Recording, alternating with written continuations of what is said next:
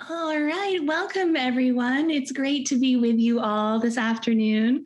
My name's Megan Rhodes, and I'm an Associate Director of Admission, and I coordinate international admission here at CC. And it's my pleasure to be the moderator today for the Academic Perspectives panel, Teaching and Learning on the Block Plan. And we have some truly fantastic panelists with us today, both on the faculty side and on the student side. So this should be a wonderful opportunity for you all to engage with our terrific professors and students and really be able to wrap our minds a little bit more around this block plan and what it's like in your 4 years at CC. So before we get started, I did want to give you all a couple of guideposts in terms of how this next hour or so will proceed. If you do have questions that you would like to ask the panelists, please feel free to use the Q&A function. We have fantastic staff and students moderating the chat, so they'll be answering the chat both over the chat in terms of directly messaging you, but also we'll select some questions to answer live. So we'll do that. And we're going to start today's session by also starting with the questions that students used when they registered for today's event. So we have some questions already prepared, but we'll be taking questions live as well. So thank you for your engagement, thank you for your presence, and thank you for being here. And with that, let's introduce our wonderful panelists that we have with us today. So let's get started. We'll go right down the list here, which is really, really handy in terms of markers. So let's start with Professor John Munn, and Professor of Economics and Business. Hi, I'm John Mann, and I am a visiting professor in economics and business, and my specialty area is marketing. I came to Colorado College about 20 years ago as an invited guest to talk about marketing and innovation in a consumer marketing class, 1998, so it's been a long time. And after about 10 years of being a day visitor, I was asked to co-teach the class. And over the last 10 years, I've expanded to teaching 3 classes, a couple of my own design.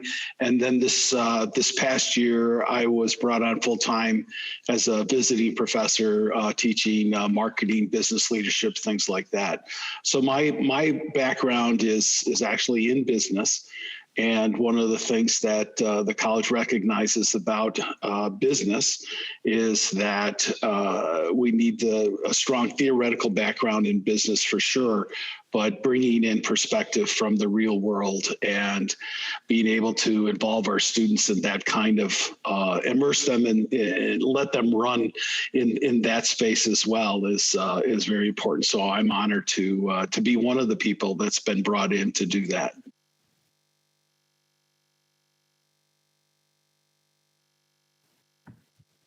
Fantastic. Thank you so much, Professor Mann. Thank you for that introduction. And then let's just keep going down the list here with Professor Sriram next. Hi, everyone. Can you all see me and hear me? Awesome. Okay. Hi, everybody. I'm Pallavi Sriram. I'm Assistant Professor of Dance Studies in the Department of Theater and Dance. And unlike John, my history here is a lot shorter, but it's been very dynamic. I've been here a few years. So my work, I am at the intersection of art making and critical scholarship. I'm a dancer and a dance maker and a critical cultural studies scholar. So here I teach in the studio, whether it's improvisation or creative process, but I also teach in the classroom, things like what is how do we understand dance as part of these broader conversations, dance and performing arts generally as part of these broader conversations around social politics, globalization, and different kinds of histories, and how do we focus on the body to do all of that. And what I really try to do in all my classes is actually let go of the divide between like studio and classroom and really try to bridge, because we practice, process, exploration, and research are all interconnected, and they're all embodied. So whether it's classes that I'm teaching on philosophies of the body, or dance and global politics, or historical perspectives in dance, that's really what I try to get students to really come into and engage with. And just a little bit about the theater dance department. I'm in a really interdisciplinary performing arts focused department. So as you can tell by the name, it's theater and dance, but it's also design that is focused around the performing arts. So we've got students who really focus on everything from playwriting to directing to choreography, performance installation, sound design, lighting design, visual design, acting. There's so much. And the students who come into the classes, whether they're majoring or not, are really coming in from across campus and for a variety of reasons. And the classes, the faculty's work, and student interest really all intersect with multiple things going on campus, whether it's collaboration with folks in the music department, the film and media studies department, and other arts departments, or farther afield, right? Like the sciences, really interesting stuff at the intersection of art and science.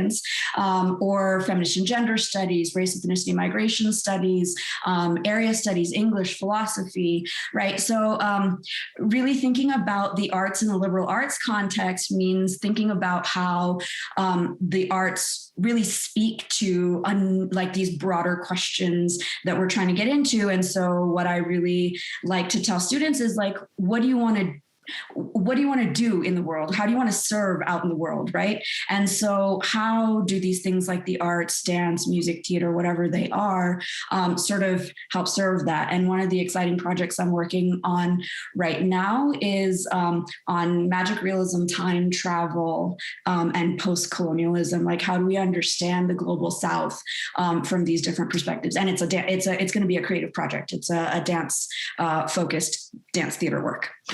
So I'll stop there, but it's wonderful to be talking to all of you.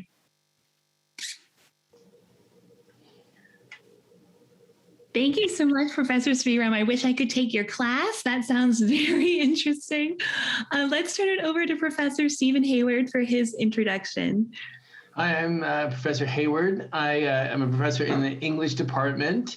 I just recently stopped being chair of the English department, and I'm director of the Journalism Institute at Colorado College. My doctorate's in Renaissance studies, Shakespeare and that kind of thing, but what I teach for the most part at Colorado College is writing of one form and another, creative writing, fiction, nonfiction. I teach an annual class on radio journalism. I should be in England right now, had it not been for COVID, teaching a Shakespeare in London class. And I've been in Colorado College for, 12, 13 years. I'm a big fan of the block plan. I recently directed a documentary about the block plan. I wrote a podcast. So I'm a block plan enthusiast, and it's great to be part of this. Thank you. Thank you, Block Plan enthusiast, Professor Stephen Hayward. We really appreciate you being here. And then our final professor for the panel is Professor Nina Grover, if you'd like to introduce yourself as well.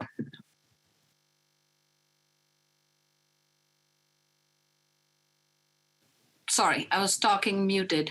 Here I am. Again, I'm Nina Grover, and I'm a professor of chemistry and biochemistry. I've been here about 20 years, and like Steve, I am also a block plan enthusiast, and I'll tell you why. Because we can really get immersed into the science of viruses or biochemistry of catalytic RNA. Right now, my students are all working on coronavirus projects. So it's a dynamic department, dynamic place, a lot of wonderful colleagues around the college, and we are thinking in so many cross-connecting ways. As you heard Pallavi Sriram talk about how she thinks about dance in a big way, I tried thinking about science from all different perspectives. I'm an RNA biochemist, so I think about what's happening with CRISPR and CRISPR babies, what kind of RNA medicines are coming out. I try to teach my students why they shouldn't be afraid of RNA vaccines. They should know the science behind it. So they did a panel on race, racism, and vaccines. I was trying to point you to my door where you could see the poster, but you can't yet. But hopefully you'll come here soon and participate in true liberal arts thinking at Colorado College. Thank you, Professor Grover. I'm sure many of us would like to take your class right now. Very timely and topical. And now we'll introduce our student panelists. We'll kick things off with Avia. Avia, would you like to start? Hello, everyone. My name is Avia Haley.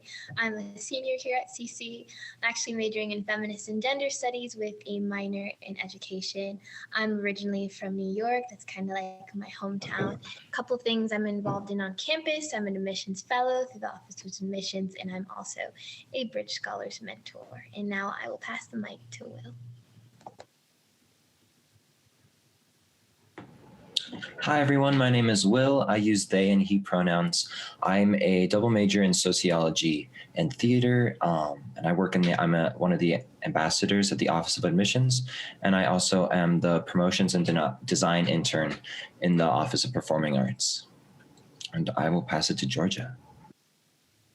Hey guys, my name is Georgia. I am from Berkeley, California originally, hopefully majoring in neuroscience here at CC. And like Will, I work in the Admission Ambassador Program. Dex, all to you. Hi everyone, my name is Dexios. I'm a senior here at Colorado College. I'm the incoming student body president and work in admissions as well. Fantastic. Thank you all, superstar panelists. It's great to be with you today. And now we'll kick things off with our first question. So we're going to start off with a question that came in with the registration.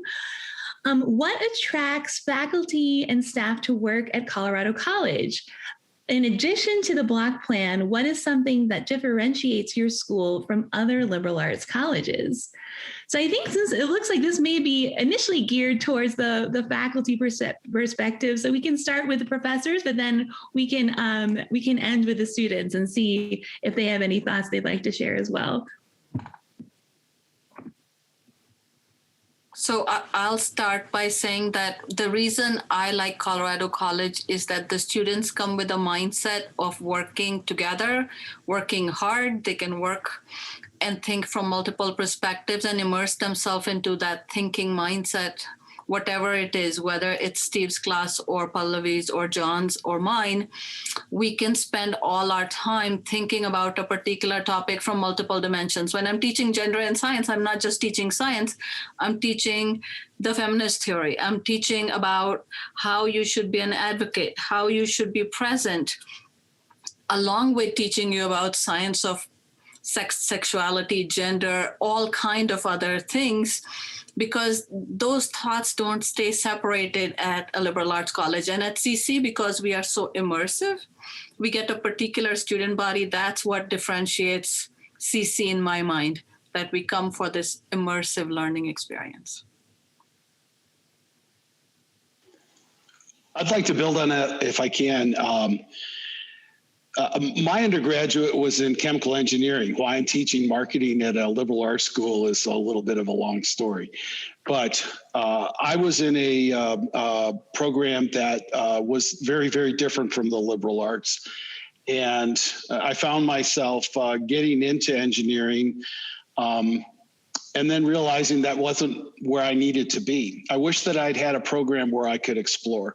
I wish that I'd had a program where I could see many different facets. We spent 4 years learning how to be a chemical engineer. I missed out on dance.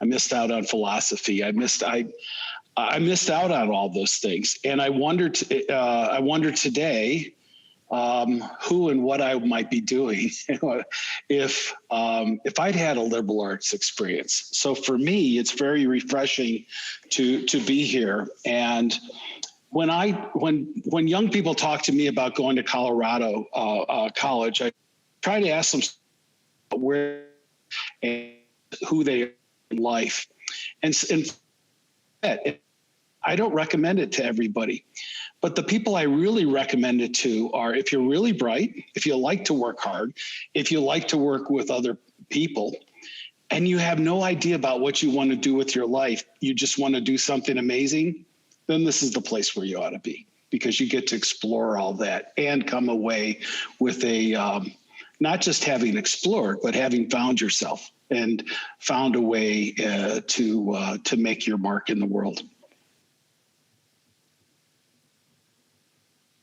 Yeah, I was just gonna. I mean, I get the gist of the question, saying, you know, apart from the block plan. Although I had to say that, like, there was never a moment when I was thinking seriously about working at Colorado College where I wasn't also thinking about working on the block plan, and so I think that's the reality of it. From my perspective, one of the things I love about this place is the way that it puts teaching at the center of the endeavor that we're involved in. Now, we're all involved in scholarship, we're involved in research, we're involved in various forms of community outreach. When we're walking across campus and I run into Professor Grover, the first question I'm going to say to her is, are you teaching this block? And the second question is, what are you teaching? How's it going? Now, I'm sure that faculty on campuses that run on the semester program, I'm sure that that kind of conversation takes place. But I don't think it occurs with the kind of frequency and genuine interest that it happens. We all know what each of us, we're all on the same time schedule. And the second part of that, and I think it's really important, is for me, and this is something I discovered upon getting here, was one of the things that the block plan does is it allows for particular kind of scheduling synchronicities to emerge. And so that invites cross-disciplinary collaborative teaching in ways that is a way more difficult thing to arrange at other schools. And one of the joys that being on the faculty here has been to teach things that, you know, I know something about, but then also to go into classrooms where I'm really learning a ton at the same time as I'm teaching. And that's what, if there's one thing, and I think that extends not just to the faculty, but to the students. Like we talk a lot about cross-disciplinarity, we talk about the liberal arts and the breadth of it. The block plan allows that to be put in action in a way that I think is uniquely present. So that's my 2 cents. I'll just add something very quickly because, you know, I agree with what everyone has said so far. But the one thing, and it is in part to do with the block plan, and it's also not just about the block plan, but what I really appreciated when I first encountered Colorado College and first engaged with it, people here take big swings. And that is a big deal, actually. And what I mean by that is, you know, there's a students, faculty, staff, you know, the scope of what people say, okay, I'm going to try to do this, is actually considerable, right? And so, you know, the projects that have come out of CC have had, like, you know, big implications at times. And sometimes it's about implications for the city. Sometimes it's implications for the college. Sometimes it's other implications. But like, you know, that's something about the culture. And I think it's what drew me here because, you know, I wanted to take big swings too, right? And so being surrounded by that means that it does something to what you even think of as possible. And I think that that's, I don't know, I think that that's important.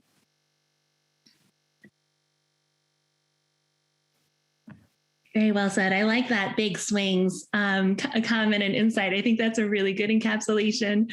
And students, if I could direct that question to you. So initially the question was, what attracts faculty, but what attracts you as students to Colorado College, and what's something that you feel really differentiates CC from other liberal arts colleges?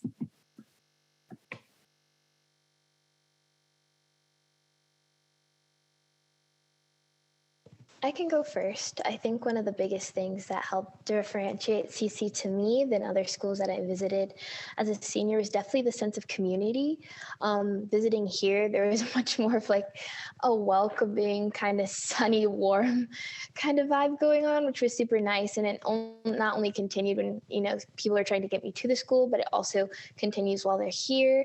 There's like less of a sense of hierarchy. I truly believe that everyone comes here to like build relationships and better themselves, and that really shows strongly at the school. And also definitely the immense amount of resources here at CC, I think, is different than other schools. And in terms of like resources, a lot of schools can have them, but they can be a little hard to get to. But here at CC, they're a bit more in your face. Everyone can know about them. Everyone has access to them. And people here really want you to use them. So those two things stood out to me.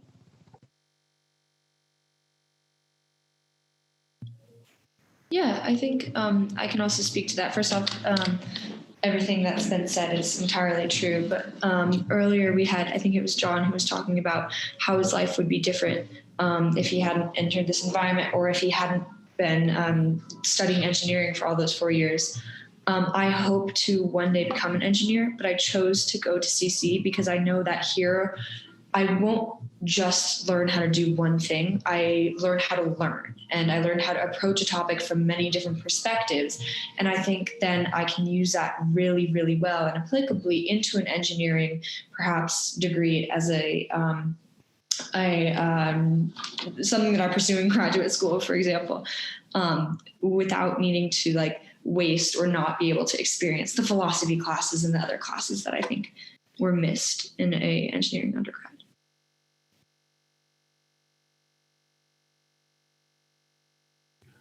I can add that one of the biggest things that brought me to CC were the different study abroad opportunities that we're able to do because of the block plan. Professor Hayward mentioned the Shakespeare in London class. I think I still have a picture of the poster of that one on my phone because I've been wanting to take it for so long. But with the blocks, you can just take one class abroad and just like go to a country for a month and then come back, and it's with all of your fellow CC students and fellow CC and CC professors, which is awesome. I am taking a psychology class in Florence, Italy next year, and I'm really excited for that. We're excited for you, Will. That sounds amazing. Any final thoughts or comments on this question before we move on?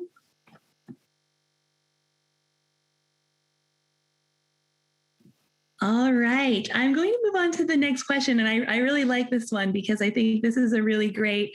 It'll really get a conversation going. But what is an academic or intellectual moment at CC which really underscored for you the benefits of the block plan?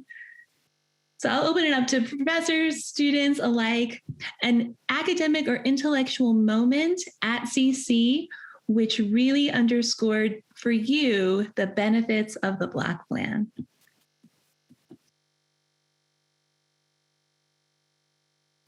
Well, I mean, for me, that's, I think that so what I teach for the most part is creative writing fiction workshops. And what that means is that a class that I have taught since I arrived at CC, and I will be teaching until I leave CC, probably, is a class called Senior Fiction Workshop, in which students essentially can write either like a collection of short fiction or like a novel. And often one of the priorities of the English department is to allow students to leverage the block plan in such a way so that they can do in their senior year a significant work of art, like a lengthy novel, like 200, 300 pages. And the semester, plan, I think that would be a bit of a challenge, but we can make it so that in a student's senior year, they can have, let's say 3 blocks, let's say even 4 blocks, sometimes even 5 blocks, 5 months in order to write a novel. And I think that I don't know very much about the kind of thing that Professor Grover teaches, or I don't have the vaguest idea about when it comes to like even what economics is. But what I do know about is about producing art. And I think the one thing that allows for great art to be made is time and space and intensity of focus. And I think from my perspective, from what I do as somebody who teaches writing, is see that process every year. And we have had students, and it's not one or two, it's a number of them, have their senior projects, come out of their senior year with manuscripts that are ready to be submitted to publishers, submit them, and to be published. And that is like, I think that's, for me, that's why I'm here. I think that you can do that on the block plan in ways that you can't at other places. Could I jump in really quick just to sort of, echo and bolster Steve's point? The immersive possibilities, like the focus time, right? The focus time and space is like such a luxury. And similarly, I've had students who have made like a full length work, right? Like dance work or a dance film, and it's gone straight to film festivals or straight to like being presented in other places. And, that's actually like, it's hard to do in other places. But I want to add one more thing, a moment for me, which was, going back to another point that Steve made earlier about the collaborative possibilities of the block teaching. I recently taught a class called Dance Pop Culture Afro-Asia, and my colleague, who is in the English department, Professor Najneen Islam, was teaching a course called Caribbean Voices, which was a literature class. We're both looking at transoceanic culture, through a variety of lenses like literature, performance, food, whatever. And we did these convergence classes, like actually a series of convergence classes. And it was one of the most like rich discussions, because it's like these two sets of classes who are used to talking about very different things, and they come together and they're asking each other questions, and they're like, one person thinks of this thing from this perspective, and another person from this, and Professor Islam and I were learning from each other as we were teaching too. And it's actually one of the most fun times I've had as a teacher, and I've heard multiple students coming out of that class sort of got these like moments that led them into various other things. So I just wanted to share that too.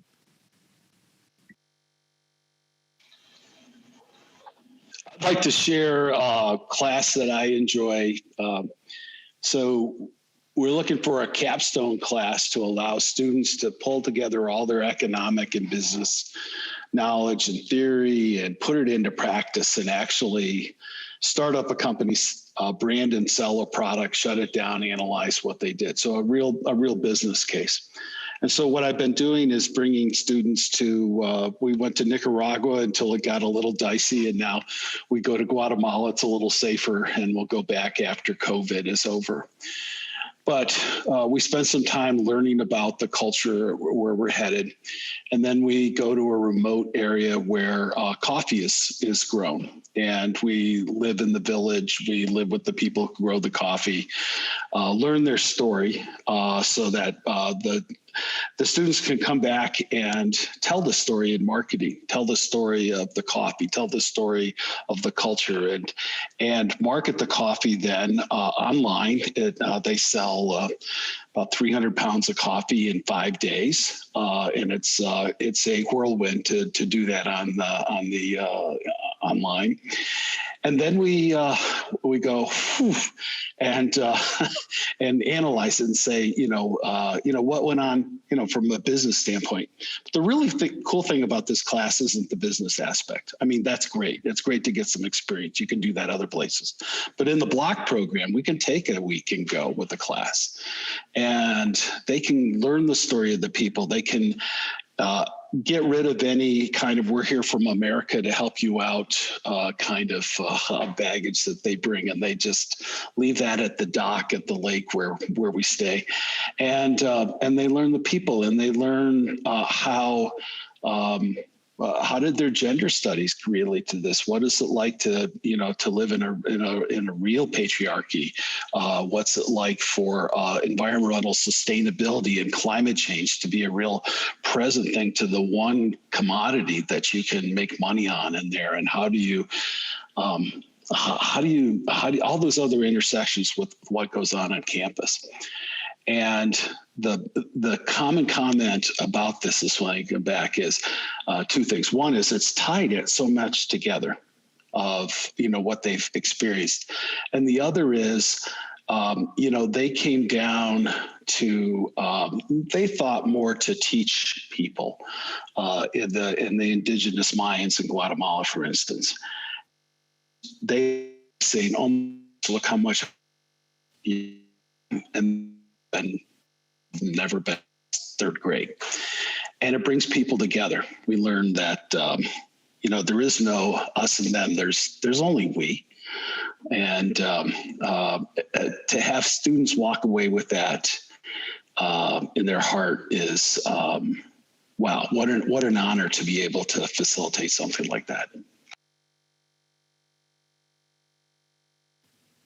I was going to give you two examples. I know you said one, but one is like when I start the biochemistry class, students don't know the basic things, what amino acids, what makes proteins. And then by the end of the block, they're writing papers on metabolic diseases, how one would solve the problem of if one were born with such and such defect, what kind of problems it would cause, to analyze in that 3.5-week period. They go from not knowing amino acids to writing papers on metabolic diseases. The learning and the pace at which I see the light bulbs going on is what I love doing at CC. I see how quickly things can sink in. And to me, like, that never gets old. Like how yesterday I was teaching you about amino acids, and 3 weeks later you come and say, here's a disease that I find fascinating, and here's something really cool that's being done to treat this, and I understand all those bits.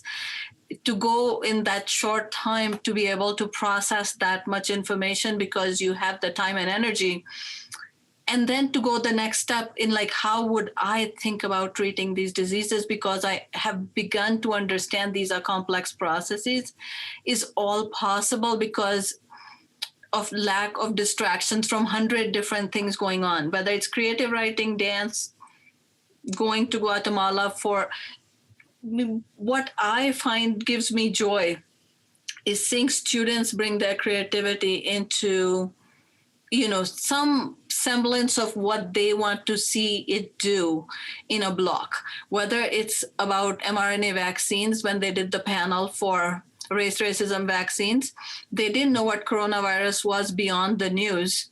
Then in 3.5 weeks, they prepared a panel and they were talking about vaccines and vaccine research and talking about current technology at a level where they were answering audience questions. To me, that's never going to get old. And the second example is a negative example of, like, the aha moments are not only just the productive things. My students used to go to Tanzania to teach about HIV/AIDS and the science behind it. And they were doing a panel for a group of people who were asking them why what they're doing is not neo-colonial. And when they couldn't necessarily answer it to my satisfaction, I had to change the class. To me, that's another kind of aha moment for me, that if they can't answer what they're doing is not neo-colonial, exactly what John was saying a minute back, if they don't see their own role and their own growth, then we are not doing something right. It's not the students. I have to rethink what I'm doing if they're not seeing how they're learning in the process. And that constant learning that's happening doesn't get old. And one of the students, I think Avia, said that we are constantly learning, professors and students. And to me, that's really the heart of what makes CC unique in some ways.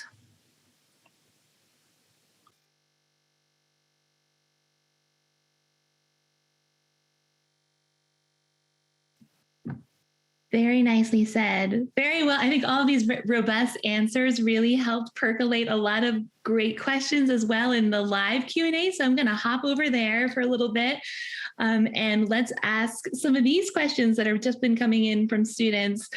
So one question that just came in is there a certain type of student that does better on the block plan? So I'll open that up to students and professors alike. Is there a certain type of student that does better on the block plan? I can try to go ahead and start on this one. And maybe this will, I've been asked this question in a lot of different ways, even in interviews here at CC. And honestly, it's one that I've kind of struggled with answering because in my opinion, I don't necessarily think that there is a prototype student that does better on the block plan. I think that there are different techniques that you can use and strategies that work towards your learning style.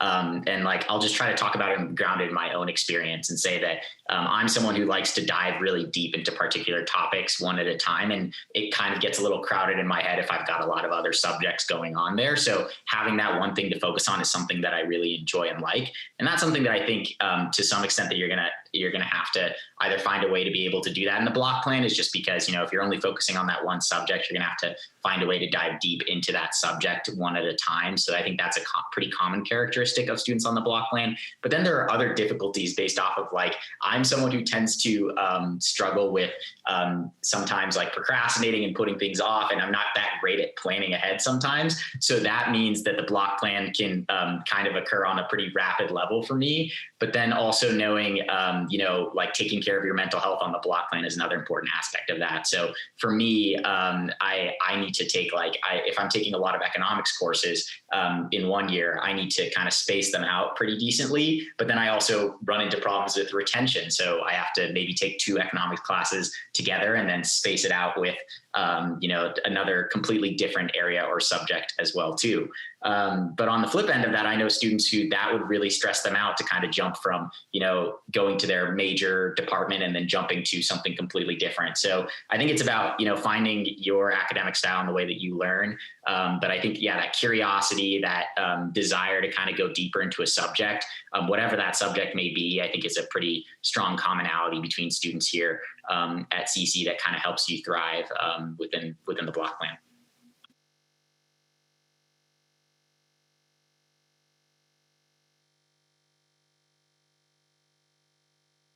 I think that also, so the classes at Colorado College are pretty small. I was an undergraduate at the University of Toronto in Canada. The psychology class that I took, Intro to Psychology, in my sophomore year was 450 people. You could go, not go. There was never a moment when, had there been such a moment, it was completely impossible. Let me say, there was never a moment. It's completely inconceivable that at any moment the professor would turn to me and say, "What do you think about that, Steve?"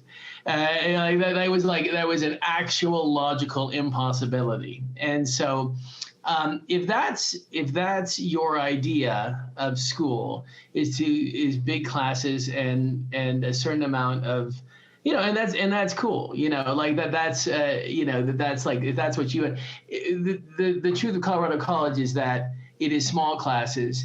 You get to know the students get to know you. The professors ask much of the students, and the students ask much of the professors. And it's that the block plan aids in that. And, people sometimes phrase it. It's been, the question of how great is the block plan, or is the block plan the best? You wouldn't necessarily ask that question of like spaghetti sauce. Like, is it best with garlic? Is it best with meat? Is it best with basil? The important thing is to get away from like a platonic idea of education and of spaghetti sauce for that matter. And if small classes that are discussion based, highly interactive, and both ask much of you, but that you ask most of it. And just to echo, what has already been said, you're on a semester class, and probably your experience in high school has been to be very shrewd in terms of your budgeting of time when it comes to what you're taking. And you're careful to invest most of your time in the things that are most challenging, in the same way that perhaps you're careful not to invest that much time in the things that you're particularly adept at. And so that is like a double-edged sword, right? In the sort of sense of that, at Colorado College, it both allows you to take things that are sort of out of your comfort zone, to take, let's say, a STEM class, that would be me, that you would never attempt because you got to budget your time in different kinds of ways. But it also permits you to have the experience in the classroom of taking something, a class, not just to get through, but to get into. And most often, like those things that you're most into, you can go, really deep in it. And I think that's a difference. But I think it's if you're thinking to yourself, I'm not sure, small classes, discussion based, intense, you're thinking no, then probably Colorado College is not the place.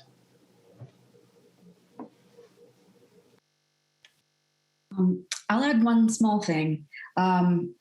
Okay, I agree with everything that's been said. And so you really want to, if you're a person that really likes to get immersed in things, then, obviously this is fun, right? This is great. And then the flip side of that is, right, Dexios mentioned retention, but I'll go a little further and say you get to immerse yourself so much in this thing, and then depending on how you schedule, right? And I think you really have to be someone who's who wants to think about how they learn and how best they learn, and sort of take initiative on that count and make decisions that really work for you, like Dexios was saying.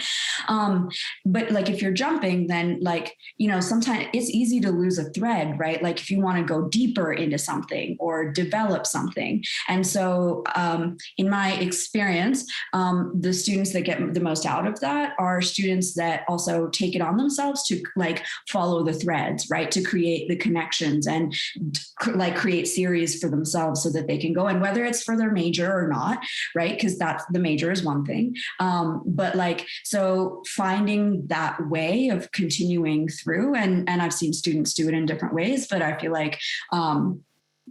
those are students who often get a lot out of this kind of learning, because then you can get sort of both sides of this thing. Let me. Go ahead. No, go ahead, John.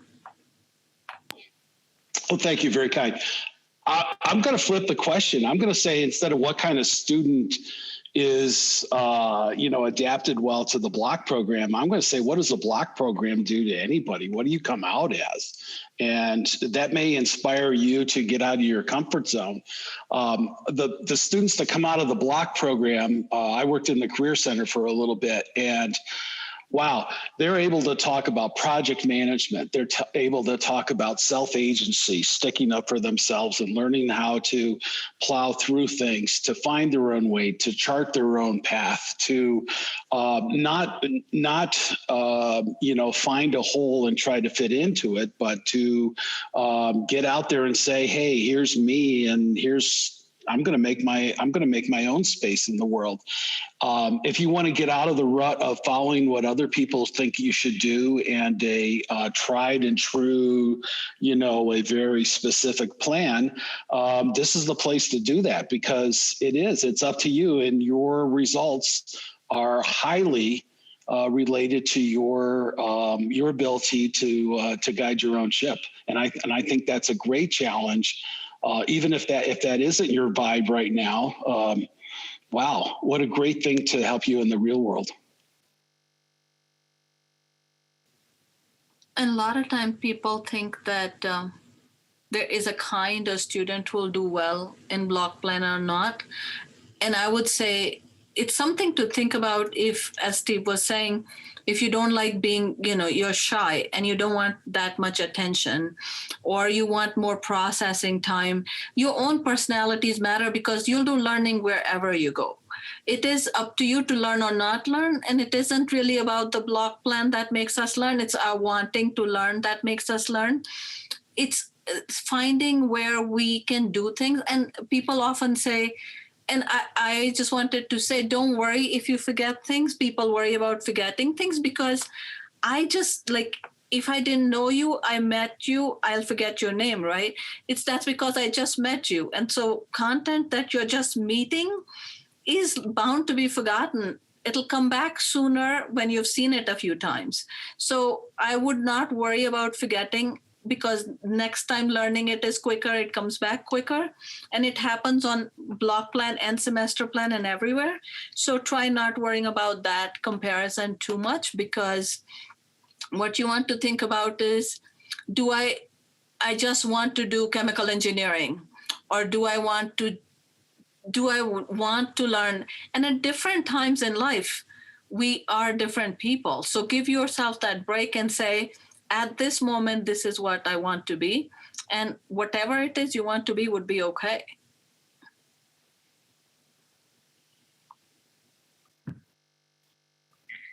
I like that expansion of the question and the reframing and the flipping of that question a couple times.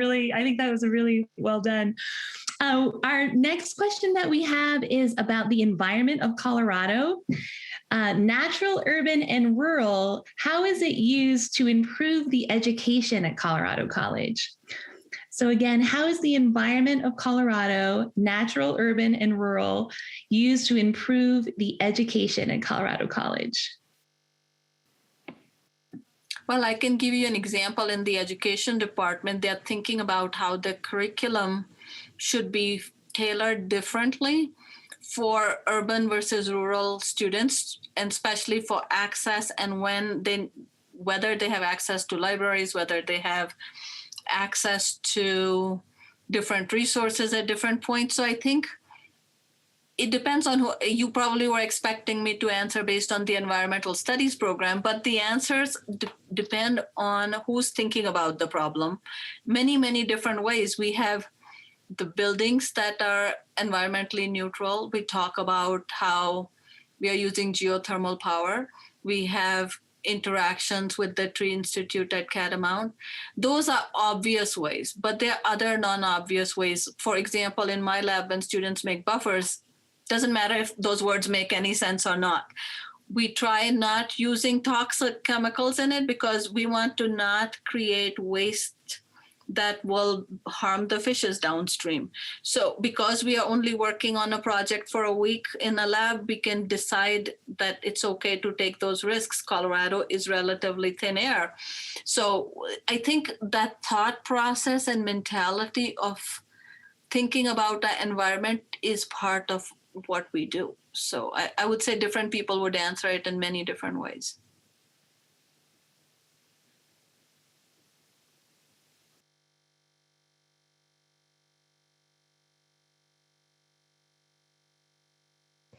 I'll go next. I feel like a lot of times we joke around that like a lot of the environment and natural resources around us are right in our backyard. And I definitely think CC does its best jobs to utilize it in the most humane ways we can. But I think about geology classes, you know, doing a lot of field work and spending a lot of time outside because we just have that. We have the rocks, we have the mountains going there, or astrology classes being, you know, held at night at our satellite campus in Baca, where there's no light pollution and things of that nature.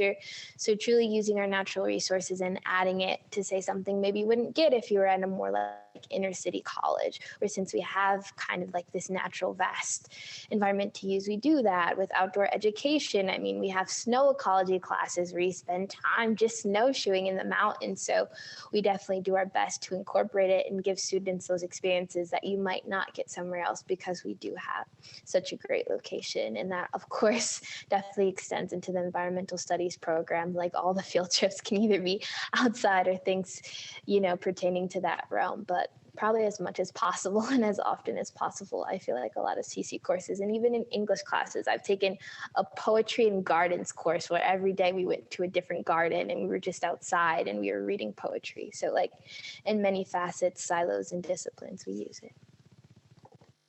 Yeah, I was just gonna. I thank you for mentioning that. You know that like, you know, so just to cite like one example, like I'm teaching right now in a pre-college class in multi-genre writing. It's essentially like a nonfiction workshop, sort of journalism work kind of workshop. And one thing we did is we did a trip out yesterday to rock climb in Red Rocks open space, which is about maybe a 5-6 minute journey from the campus. And, the immediate reaction of most students in the class was, why are we doing this in this class? This is like, what does this have to do with anything? Essentially it was like a journalism assignment. You have to write something. You don't have to climb, but like you have to, write something about this. You've had this assignment. And it's, as a writing assignment, it makes a lot of sense. It's like you're at the bottom of something, you climb up it, you come back down, you talk about the experience.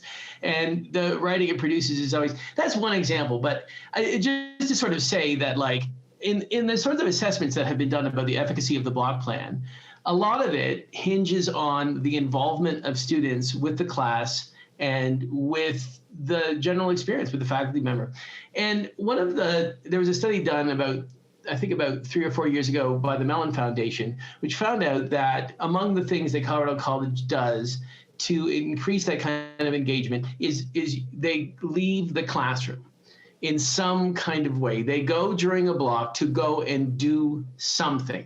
Now, it doesn't have to be to go rock climbing. It doesn't have to be go to London. It doesn't have to be any of those things. It can be go out of the classroom into the field to talk about now I'm betraying my lack of science, some form of sciencey thing, or like some form of economic thing, or to do something. You see how narrow my experience, but I'm just saying, now that happens in a lot of other schools, I'm sure. But at Colorado College, when you set up a class, you think to yourself, what can I do? The fact that everybody's taking one class at a time is like allows for that kind of movement out of the classroom, which is a way of saying that the environment at Colorado College has a particularity to it, but the way that the block plan allows you to leave the classroom means that the school is continuous or contiguous with the relationship and with the community around it, very much embedded and part of that community. And that relationship, that back and forth that occurs in class after class after class, that's really unique to the place, and has as much to do with the ease with which you can schedule going somewhere during a class, whether it's whatever it is, and that I think that's one way of sort of thinking about. Like, I think that if Colorado College was somewhere else, some other environment, and working on the block plan, we would be able to answer it like the answer would be sort of similar in some kind of way, in that you're involved in the space, in the sense of space, in a way that you maybe can be, but aren't necessarily with the kind of frequency on a semester in school.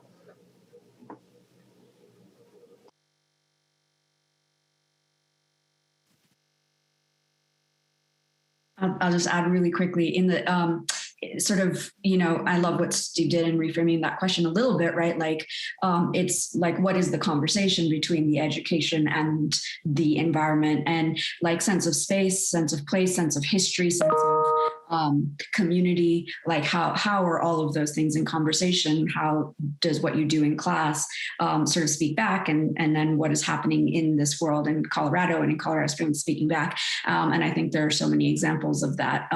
And I'll just throw one thing in, the Office of the Collaborative for Community Engagement is one of those important spaces, right? That is sort of taking the lead on making some of those connections. And then faculty, of course, are working with different places and communities, and I'll speak from personal experiences, like, what's happening in dance and theater locally, or how dance and theater can serve, right? So there's all of these different ways, whether it's like Colorado Springs or Denver, or these various sort of things that are happening around us in the mountains, right?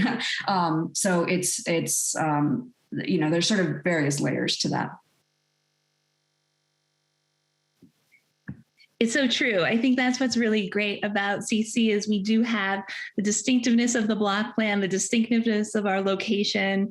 And then there's also, like you were just saying too, there's the collaborative for community engagement. So it's like this Venn diagram of uniqueness that kind of comes together in a lot of different layers, like you were just saying. So thank you, everyone. That was great. Our next question is about the academic culture at CC. and if it welcomes the full range of progressive to conservative voices and perspectives. So again, does the academic culture at CC welcome the full range of progressive to conservative voices and perspectives? Well, of course it does, right? I mean, all academic institutions do. We have to provide space for all conversations. And if we all were similar, then there is no conversation.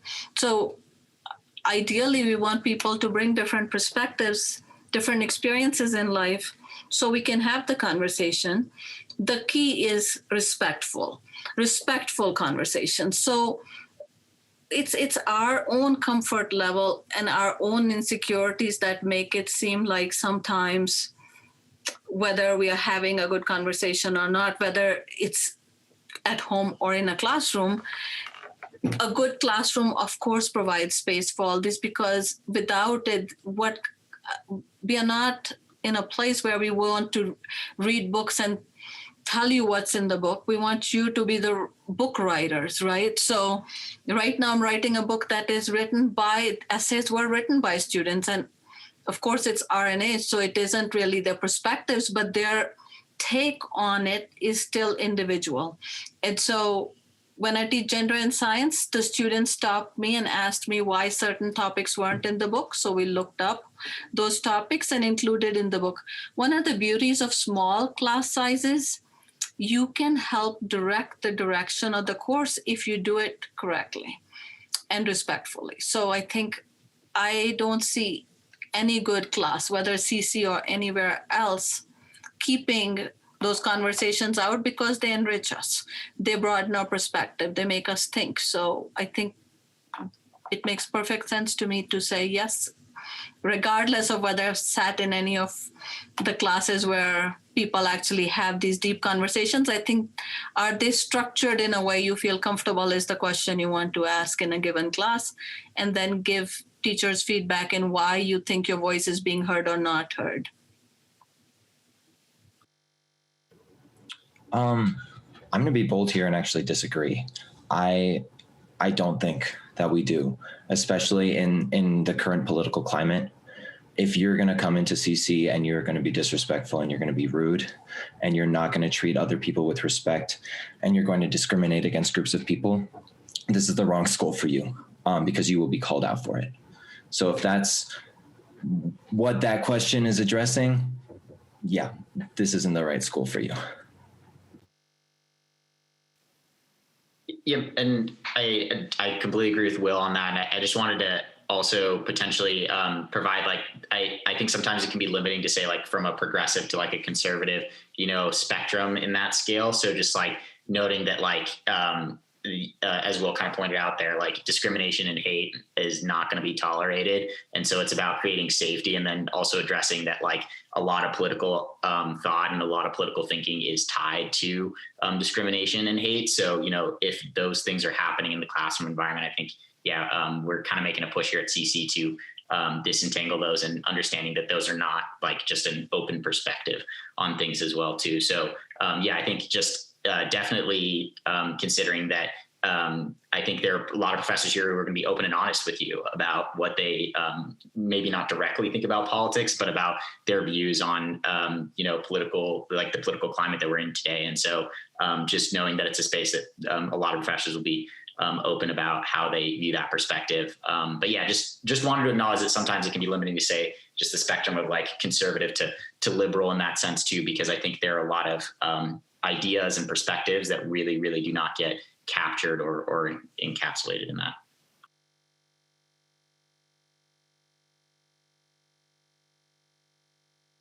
Well, one of the key things I think both Will and Excuse said was when it is not respectful. So I want to underline, respectful dialogue is always welcome. It's that disrespect and it's that insecurity of not being heard. Sometimes that makes people be disrespectful, and we shouldn't be disrespectful in whatever we are bringing, because our life experiences are limited by whatever they are. No matter how much life experience you have, it's still limiting because you're one person. And so recognizing that experiences are just a sum of our experiences, not everybody's, and allowing people space is important.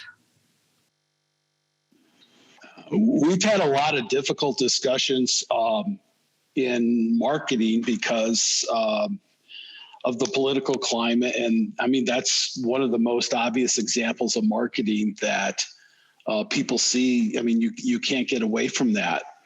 And as an instructor, I've tried to do my best to maintain space for everybody. And again, to guide a dialogue that has some boundaries on it, so that people can learn to engage in a respectful manner and call out disrespect and stick up for people.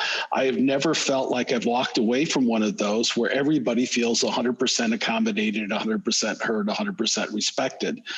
But I think it's more important to have the courage to have that conversation and learn how to have those conversations better over time.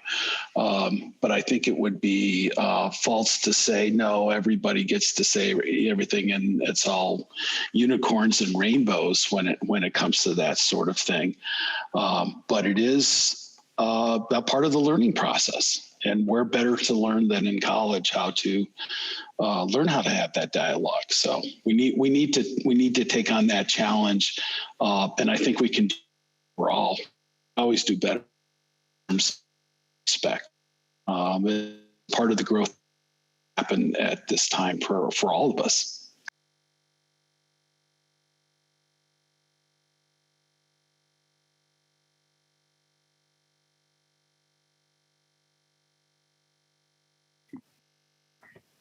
Thank you all for your insights to that question. I think that's another really great topic to peel back the layers. And as you were saying, what better place than in college to really start addressing them and to start challenging them. So thank you all for that. And I think we have time for just a few more questions. So we're kind of winding down. I think the next one is a really important one, of course, in these times, which is how does CC care for overall emotional and spiritual wellness? How does CC care for overall emotional and spiritual wellness? This is like one of my all-time favorite questions to be asked, so I'm just going to go for it. I think one of the good things that CC does is it acknowledges that with such a rigorous academic course load that students are a little vulnerable to burnout. So professors are usually very on point with things of that nature. So you can often go to your professor and have conversations in terms of if you need a day off or something like that, which I think is kind of different than other places. So I appreciate that. We also have something where CC offers all students, regardless of, socioeconomic background, anything like that, 6 free counseling sessions throughout the year at our kind of counseling center here on campus. And there's also financial aid if you run out of your 6. And we also have a whole center here dedicated to wellness and research, which is fun. Sometimes when I'm having a bad day, just go to Warner and I just color. There's just it's just full of art supplies and good vibes. The director there is phenomenal. And I would be sorely dismissed if I didn't give a shout out to Kate Holbrook, who is our chaplain here, who also does a phenomenal job in terms of retreats, in terms of meeting with students on more of the spiritual side to make sure you're doing great. I just emailed the other day and I was like, you know what? I need a grounding moment. Can we have a meeting? And she was like, absolutely. Let's have a grounding moment. So I think if you seek it, the help is definitely there.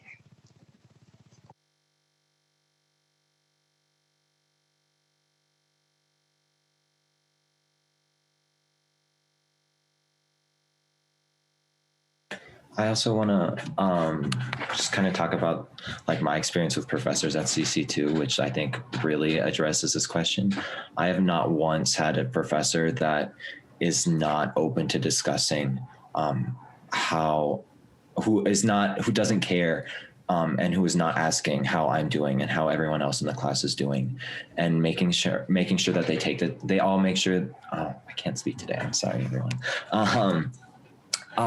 In my experience, all the professors I've worked with, they really take the time and they make the space to make sure that if you are struggling with your emotional well-being, your mental health, that you can get the help that you need, whether at the college or outside of the college in the Colorado Springs area, whichever works best for you. And they're, like, professors here are so understanding, and this isn't a big school. Professors aren't just here for research funding. They're here because they want to teach us and they want to interact with us undergrad students. And I can really see that in how they treat me and my fellow students when we're struggling, when we're in kind of one of the lower parts of our semester.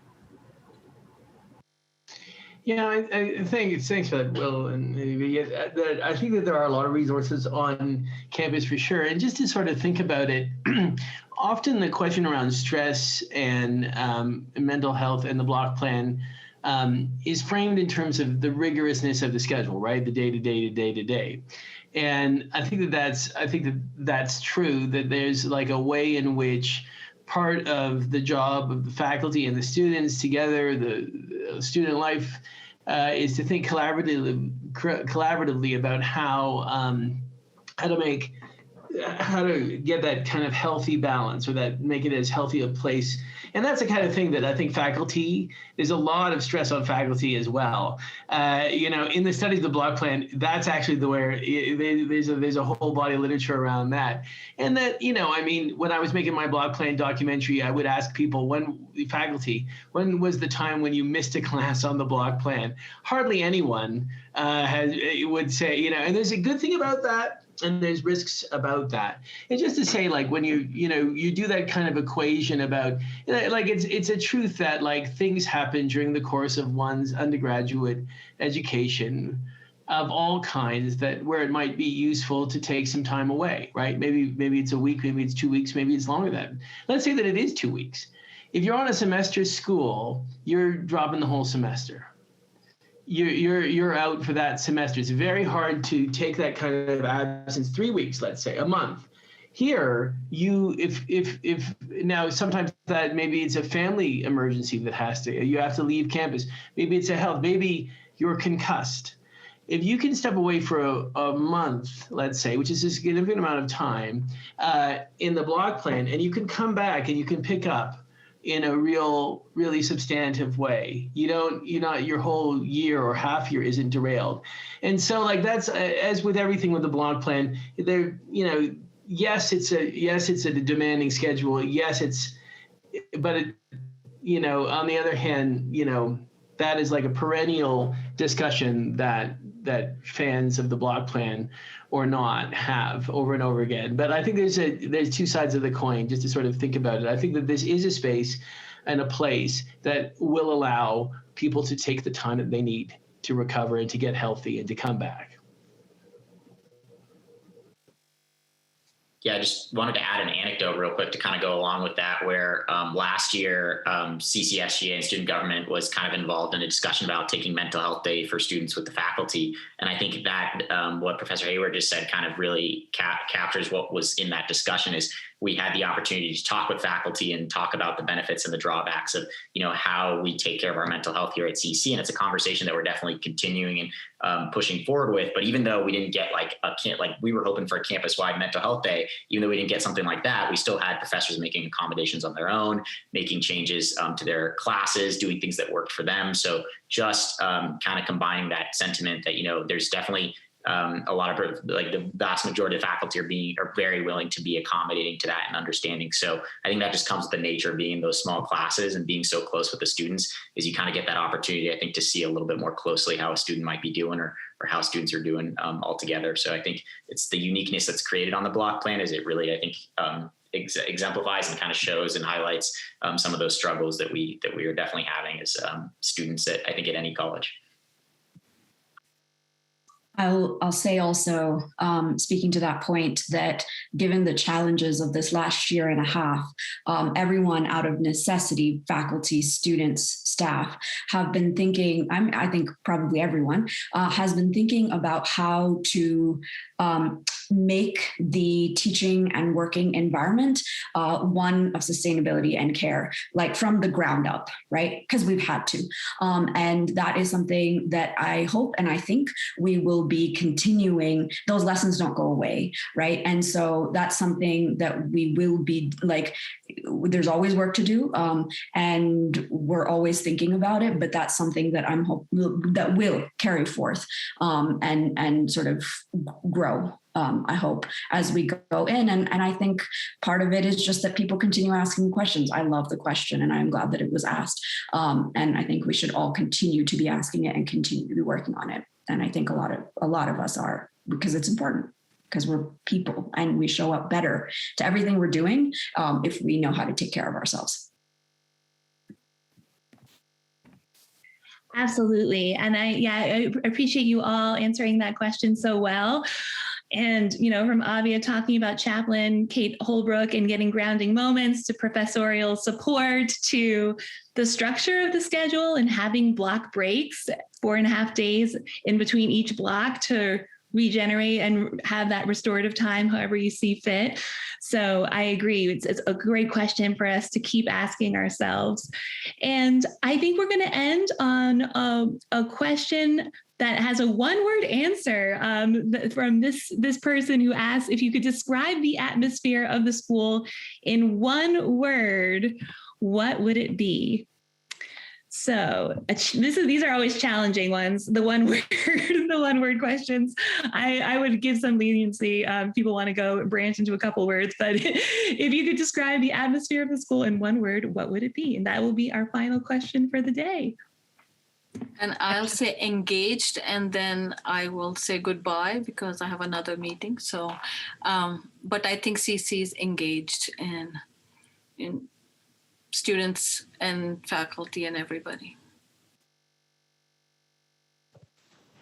If I had to choose one word, it would be intentional. I think when you come into a space as special as CC, a lot of people come here, especially, faculty and staff, in an intentional way, and the way we take care of each other in terms of academics, in terms of self, there's a lot of intentionality in that. I'll go ahead and say passionate. I think that everyone here comes in with intentionality, as Avia said, and with that comes unsnuffable determination to figure something out or to be invested in the subject, and that is passion.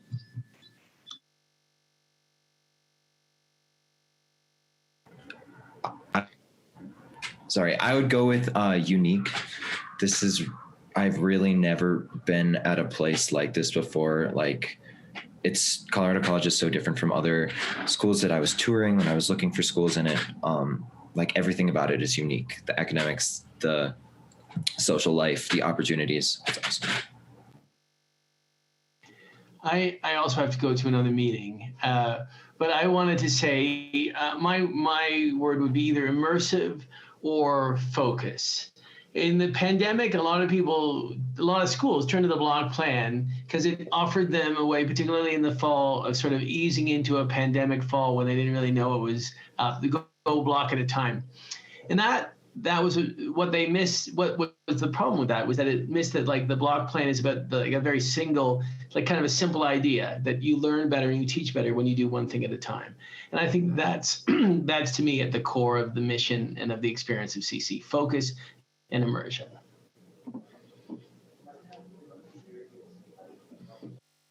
Yeah, I can jump in there real quick. I was just gonna, I was asked this question in the interview at one point as well, and I think I chose the wrong word in panic, and I said driven. I don't know if that's necessarily the word I'd go with now. I think I'd switch it to daring. I think they're just CC and students and faculty are really willing to keep pushing and find new ways to create change. So I'd go with daring.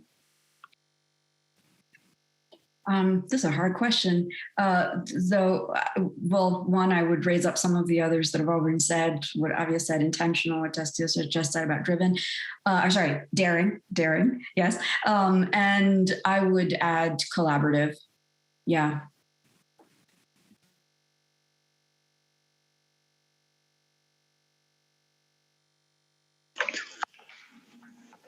Yes. My word is yes. This is the most yes place that I've ever experienced in my life. And I feel so fortunate to spend the latter part of my career in a place that the first answer is yes. And then we figure things out.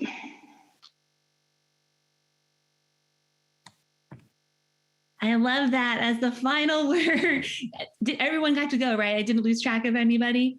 Everyone got their one word in. I actually wrote those down because I love them all so much, and I'm going to borrow them. I'll cite you. I'll give you all shout outs. But I want to thank you all so much for being here with us today. A big thank you to all of the students, all of the professors, including our faculty that had to jump off and go to another class. But we really appreciate your insights, your time, and your generosity in sharing with all of us. So a big thank you from all of us here who got to learn from you all today. And with that, we will conclude the Academic Perspectives Teaching and Learning on the Block Plan. So let's take a few minutes now to take a quick break. And we're going to get started in just a few minutes with our next panel, which is going to be Understanding the College Admission Process with Cody and Dylan.